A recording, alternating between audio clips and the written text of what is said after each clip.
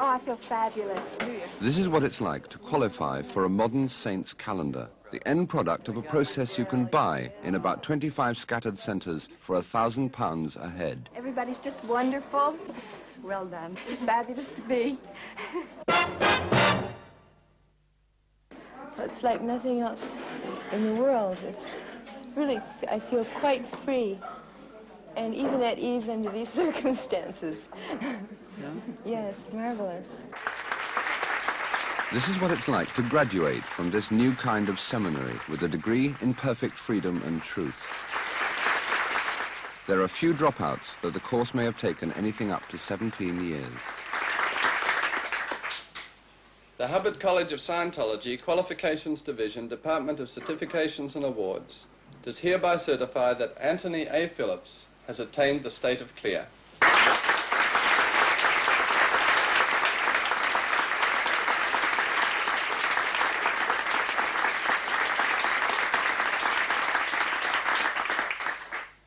Well, thank you very much. There is an enormous amount I could say at this point. I've been in Scientology 13 years. I've been quite closely connected with, or not closely connected, but I've seen all the research that's gone on, or a lot of it, and I've been the effect of some of it. There's so much to it that, you know, it's all I have to say, you know, it's inexpressible. That's it. Clear 386 Lee Echo. That's it. Clear 371 Josephine Barth. That's it. Clear 370 Janet Lunn. These people getting diplomas are clear. They believe that for most of their lives, their true selves have been buried under a mountain of bad experiences and troubling emotions, and that at last this mountain has been shoveled away. They have found themselves. The slate has been wiped clean, and they can see clearly for the first time. The Hubbard College of Scientology, Qualifications Division, Department of Certifications and Awards, does hereby certify that Janet E. Lundy has attained the state of clear. Their sacrifice in time and money, their uncritical dedication to one man, seem unimportant by comparison.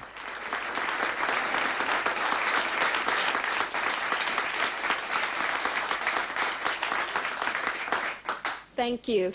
My goodness, I've never given a speech before, so this is the first one for me. But I did want to say one thing. Validate yourselves. You're beautiful. Thank you. Oh, it's a fantastic feeling. I suppose the most incredible feeling of all was just a great vista opening up in front of me and realizing, my God, you know, there's fantastic space for achievement. And I can now expand into that space and just open up and achieve. And this was the most incredible feeling of, wow, there's a great big new horizon. Scientologists are all convinced of this great big new horizon. Those who haven't graduated can see it ahead. Their proof is a kind of science.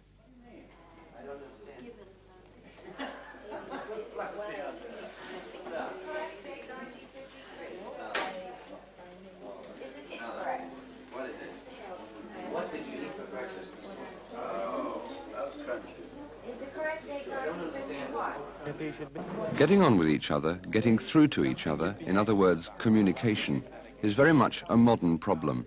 And communication is something that Scientologists practice remorselessly. Thank you. You are by far the worst doctor. Today has been a protest. Thank you. Here we have the strand.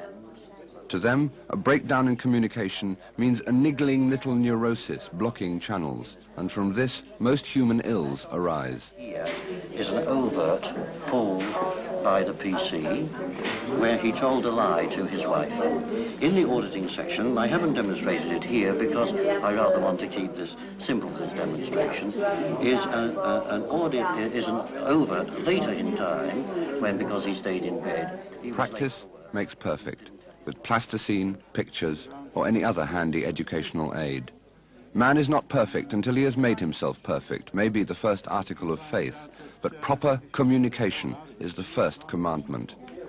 The central mystery in Scientology is this machine, the E-meter, recently condemned at a public trial in Washington as totally unscientific.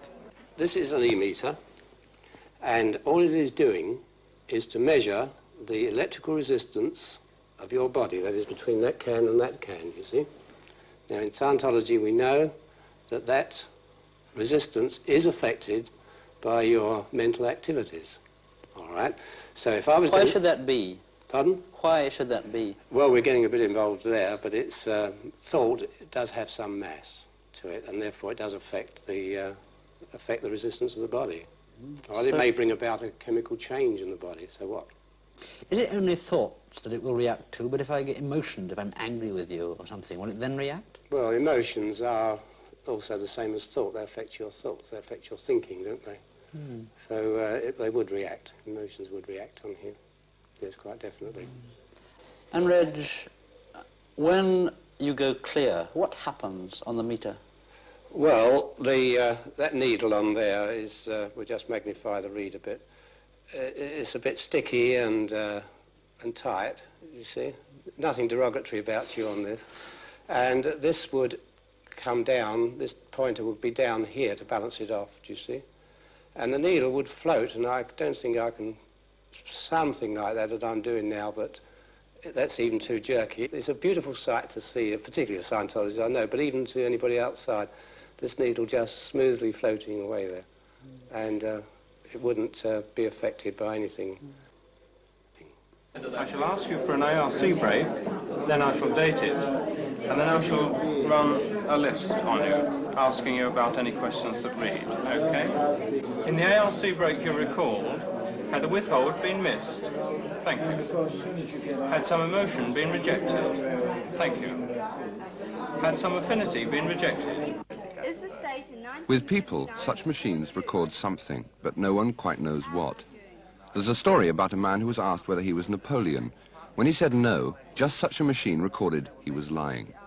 In Scientology, it's a ridiculously short step from such lies to a seemingly scientific theory of past lives, in one of which a Scientologist might have been Napoleon.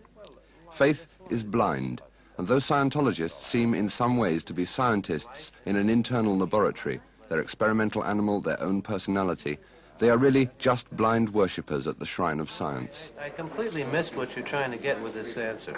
Would you repeat it? So now that they're sort of in rapport, communication is possible. If people only knew this, men and women wouldn't have so many troubles. Husbands wouldn't fight with their wives.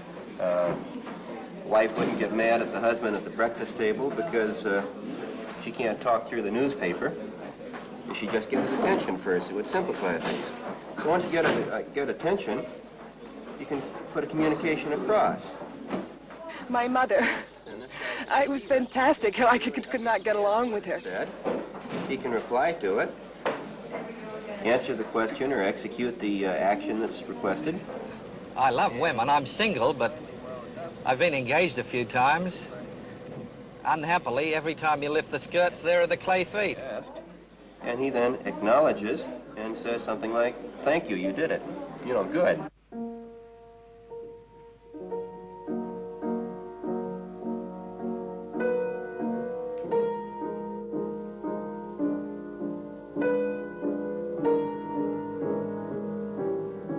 There have been several tremendous emotional crises in my life.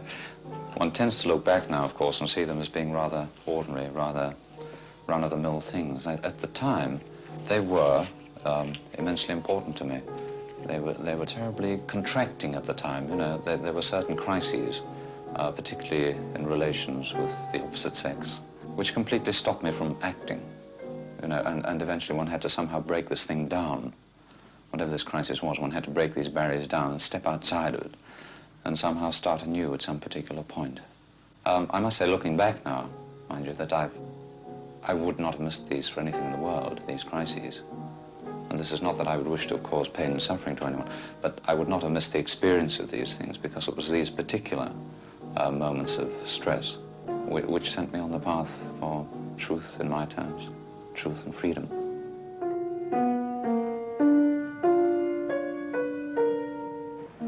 The churches are too presumptuous for my liking.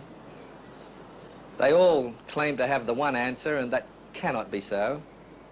The politicians are even worse. The world's getting into a terrible mess, and I can't see it getting out of it. And we all have to have this to survive. The only real beauty in life I've discovered is truth, and that's what I've been trying to find. Personal crisis, the inadequacies of the church. There are many roads to truth and to Scientology, but most of them lead to England.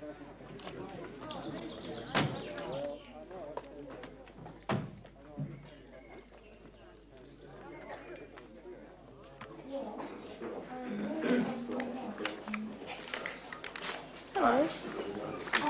I'm Jim Mondier from LA. Oh, hi, Jim. Hi. It's cold here. Yeah, it really Those is. who take the path to total freedom take a path that eventually leads them to St. Hill Manor in Sussex. It's a pilgrimage that involves a good deal of expense and hard work. In the beginning, I'm going to take some review work of some of the grades I've been through. Yeah. And then process up to level 5, and then go back and do the Dynetics course. Americans abound. Scientology is a Californian export, and though it spawned a number of centers that still thrive in the States, the headquarters in Sussex sometimes seems a little America. Yeah, I guess so. Quite warm in Los Angeles when I left yesterday, 102 degrees, and about 40 when I arrived here today. Oh, you're from LA? Yeah. There are a lot of people from LA in New York right now. You probably know a few of them. In some ways, their trip to England reminds one of the LSD trips young Californians are currently going on. For the young, a cut-price cloud cuckoo land inside where anything seems possible. For the older or more hidebound, a mixture of science fiction and psychotherapy that gives their search for something better the blessing of a kind of science, but a science uncritical of itself. So you can fill out your address back home and what made you decide to come to St. Hill at this particular time, and names and addresses of any people you have.